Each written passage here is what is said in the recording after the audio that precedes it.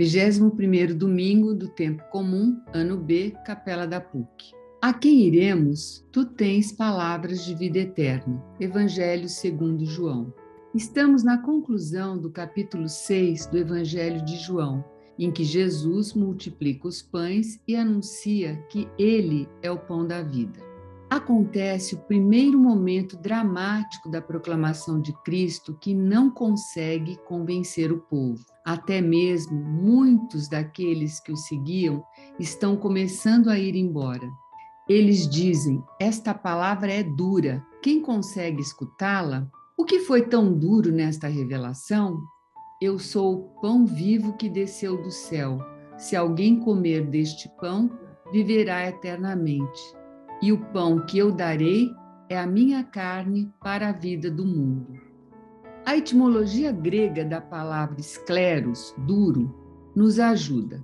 Escleros não é o termo usado para dizer que algo é duro, como uma pedra, por exemplo, mas algo que em si é macio, porém ao ser comido está duro.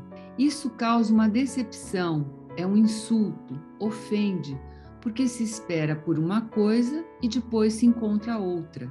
No início do capítulo, se diz que seguiam Cristo para fazê-lo rei e, possivelmente, ser os mais próximos, eram interesseiros. Jesus, porém, está tratando de outra coisa e isso os escandaliza. Eles compreenderam muito bem o seu discurso sobre o alimento, o pão vivo. Quem come deste pão viverá eternamente. Agora esperam que Cristo lhes diga o que devem fazer.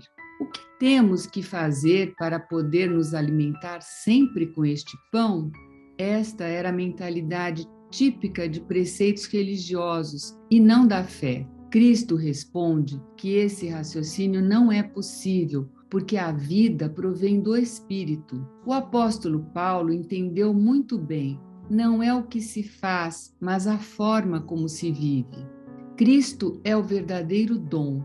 Só ele desceu do céu, pode subir e subirá. Portanto, há uma relação filial com o Pai e uma relação paternal com o Filho.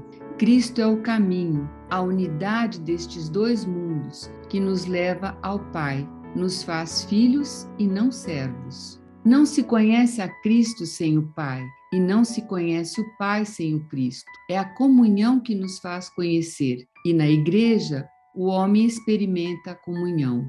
O esforço solitário e individual do homem, porém, resiste à acolhida. Parece mais fácil chegar ao Pai pelo nosso empenho do que participar da comunhão. Tomando Cristo como alimento, que me dá a vida no Espírito, posso mover a minha carne para obras que permanecem verdadeiramente para sempre. O Espírito penetra, ilumina, vivifica a carne e a dirige. A rege de tal forma que também as obras da carne se tornam dom de si, são expressão do amor. Então, também a carne se salva.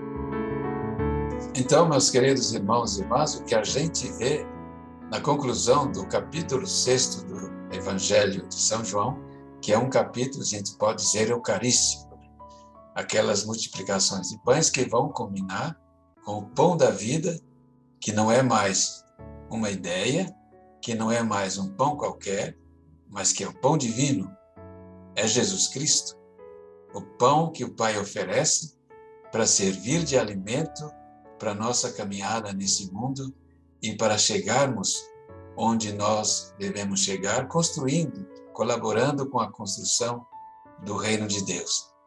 E olhando um pouco mais para esse capítulo, a gente tem que notar que foi difícil para Jesus, né? Ele ter ficado no final quase completamente só. E os discípulos permaneceram porque disseram que não tinham para onde ir. Não, entendo que não é uma resposta muito convincente, né? Jesus passou por tudo isso e nós também, de certa forma, passamos para que possamos adentrar o coração da fé, que é a comunhão com o corpo e o sangue do Senhor, com toda a realidade que ela nos traz e com todo o compromisso com a vida de fé que também ela nos alimenta para nós podermos chegar até a eternidade ou a terra prometida, não aqui nesse mundo, mas já no sentido mesmo da plenitude da vida. E nós, os cristãos católicos, vamos levar a Eucaristia até o fim dos tempos, né? Com esta fé intensa, pura e verdadeira, porque ela sim que nos dá a fortaleza que nós precisamos. Mas é preciso ir longe nessa questão, né? E não ficar como os discípulos daquela primeira hora, talvez sem as dúvidas que os próprios discípulos de Jesus ficaram. Nada de dúvida. A Eucaristia é vida, é o corpo e o sangue de Jesus Cristo, e sem ela nós não vamos muito longe. Façamos desse domingo um grande mergulho eucarístico, dando a Jesus o consolo de que nós aderimos de corpo e alma também à sua oferta eucarística, que culminou depois da cruz, né, com toda essa catequese que Jesus faz no capítulo 6 de São João. Bom domingo a todos e que a Eucaristia seja realmente um momento tão forte na nossa vida que a gente não consiga esquecer desta comunhão.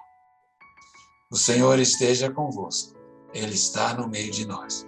Abençoe-vos o Deus Todo-Poderoso, Pai, Filho e Espírito Santo. Amém.